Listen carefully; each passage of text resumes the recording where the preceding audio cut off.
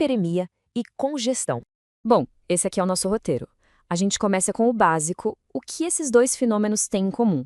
Depois, vamos analisar cada um separadamente, colocar eles frente a frente e, por fim, entender por que essa diferença é tão crucial. Então, vamos lá.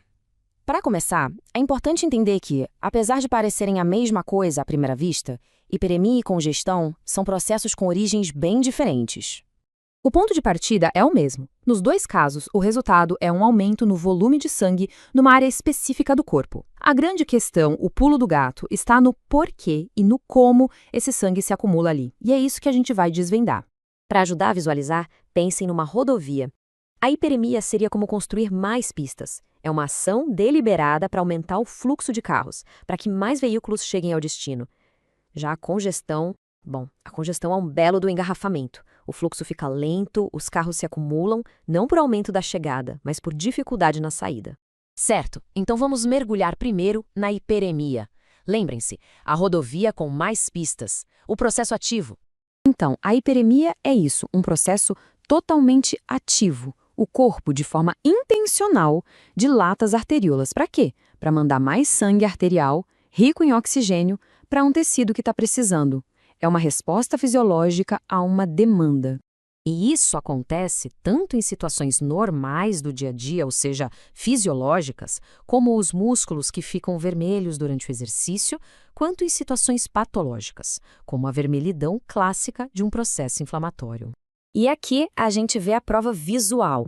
A olho nu, macroscopicamente, o tecido fica com esse tom vermelho bem vivo e quente ao toque. E se olharmos no microscópio? A gente vê exatamente a causa disso. As arteríolas e os capilares estão ali bem dilatados, repletos de sangue. Muito bem, agora vamos para o outro lado da moeda, a congestão. Aqui o processo é o oposto, ele é passivo. Na congestão, o problema não é a chegada de sangue, mas a saída. É um acúmulo passivo porque a drenagem do sangue venoso daquele tecido está prejudicada. O sangue simplesmente não consegue sair na velocidade que deveria. E por que isso acontece? A causa pode ser bem localizada, como um trombo bloqueando uma veia na perna, ou pode ser algo sistêmico, afetando o corpo todo. E o exemplo mais clássico disso é a insuficiência cardíaca. Essa imagem ilustra perfeitamente. Se o lado esquerdo do coração, que bombeia sangue para o corpo, falha, o sangue represa para trás, lá nos pulmões. Agora, se a falha no lado direito, que recebe o sangue do corpo, o congestionamento acontece no sistema todo, afetando órgãos como o fígado, que fica com aquele aspecto clássico de noz moscada. Visualmente, o resultado desse engarrafamento é bem diferente.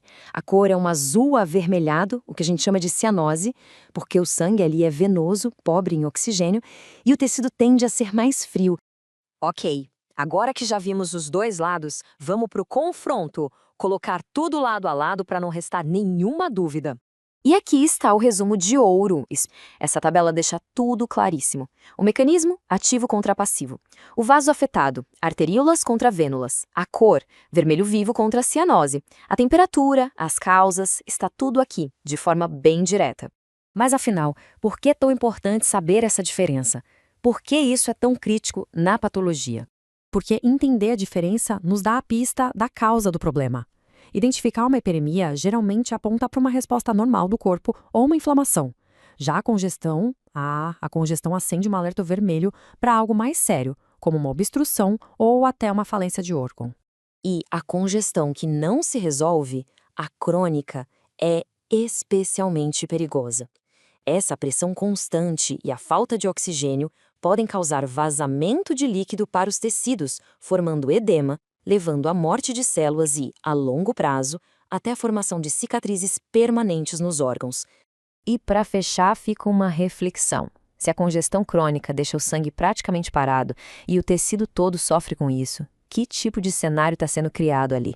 Será que esse fluxo lento e todas essas alterações não são o palco perfeito, a preparação ideal do terreno para problemas ainda mais graves, como a formação de um trombo? Fica aí o pensamento.